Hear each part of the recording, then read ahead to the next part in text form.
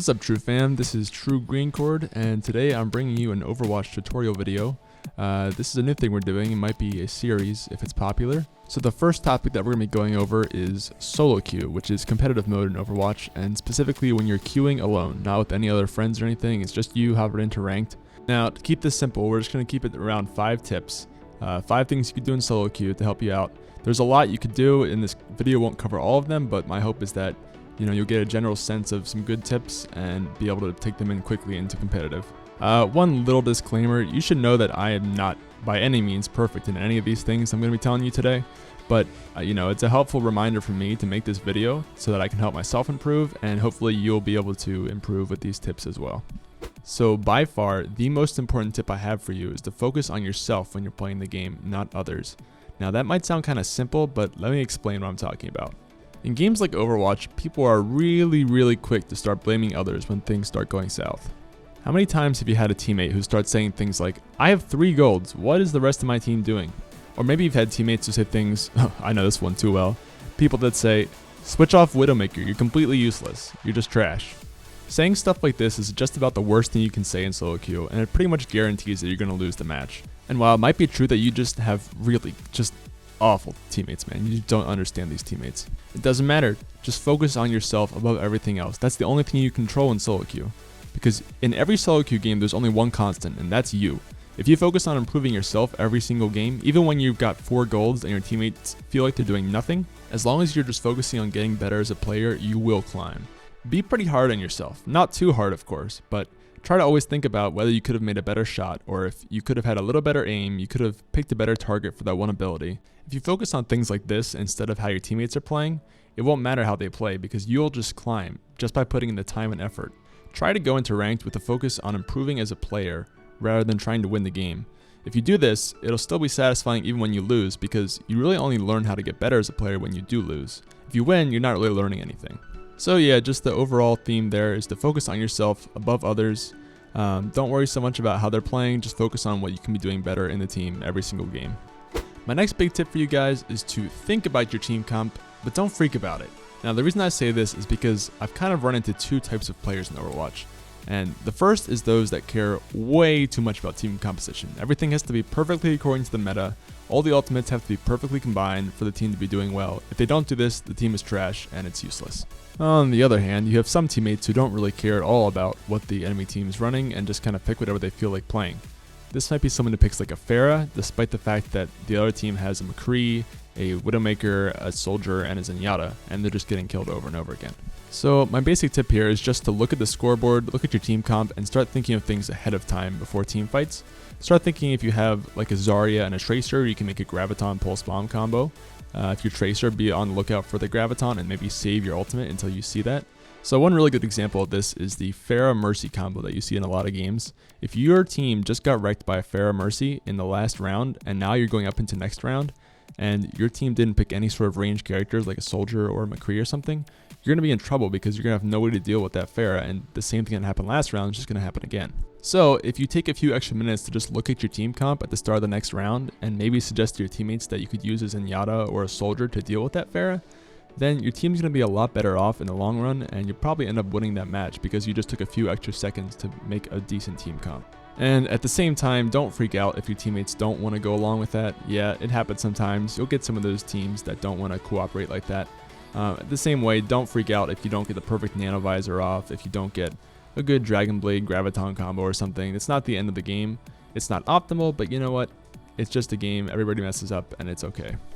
Alright, so another super important part of this game is communication. Now, people have a lot of different opinions about how communicative you should be with your team, but let me give you my advice about what to do. So in a best case scenario where everything's going well with your team, I would say definitely use a mic.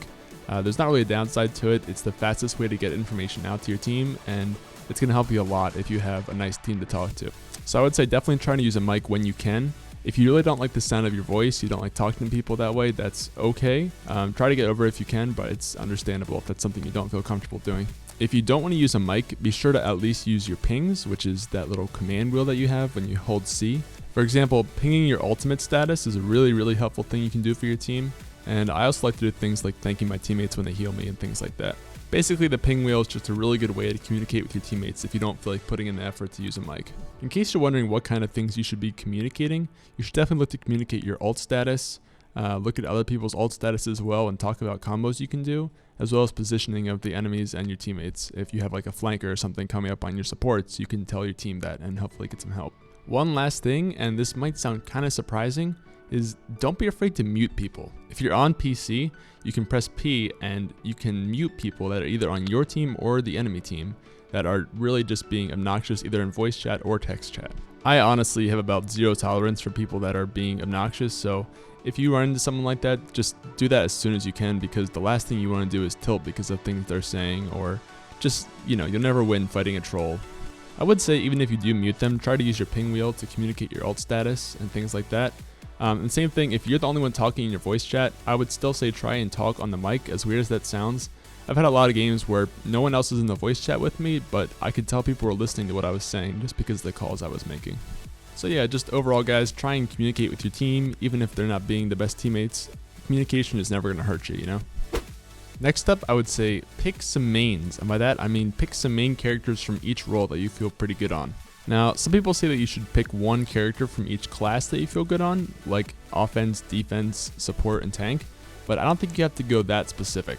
I also don't think you have to limit yourself to one character in each of those classes. My advice to you would be to get really good on at least one character in each main class in the game, and that would be DPS, tank, and support. DPS, by the way, tends to cover more than just the offense category. A lot of defense characters are in there, and I would even say like Symmetra is more of a DPS than a support really at this point. As long as you have those three bases covered with one solid character in each of those three categories, don't be afraid to start picking up some other characters to play that are in those categories as well. So for example, I'd say that McCree is my go-to DPS character that I just feel the best on, but lately with everything that's in the meta, I've been playing a lot of other DPS characters as well. If you know me, you know that I love to play some Widow, but I only play that on certain maps, and things like Pharah are really good right now. I've been playing her a lot, as well as Soldier 76, because he's just super strong in the meta, and I feel pretty good on all three of those guys in addition to my McCree. Now in the support category, it's not really the same. Ana is by far my best support right now, and even though I can kind of play the other supports, I feel a lot better on Ana than I do on the others. But honestly, that's okay. As long as I just have one solid character in that category, I'm pretty happy, and chances are when I need to, I can just play Ana on support and everything will be okay. The last tip I have for you guys is probably the simplest one, and it's just to put the time into the game so that you can climb.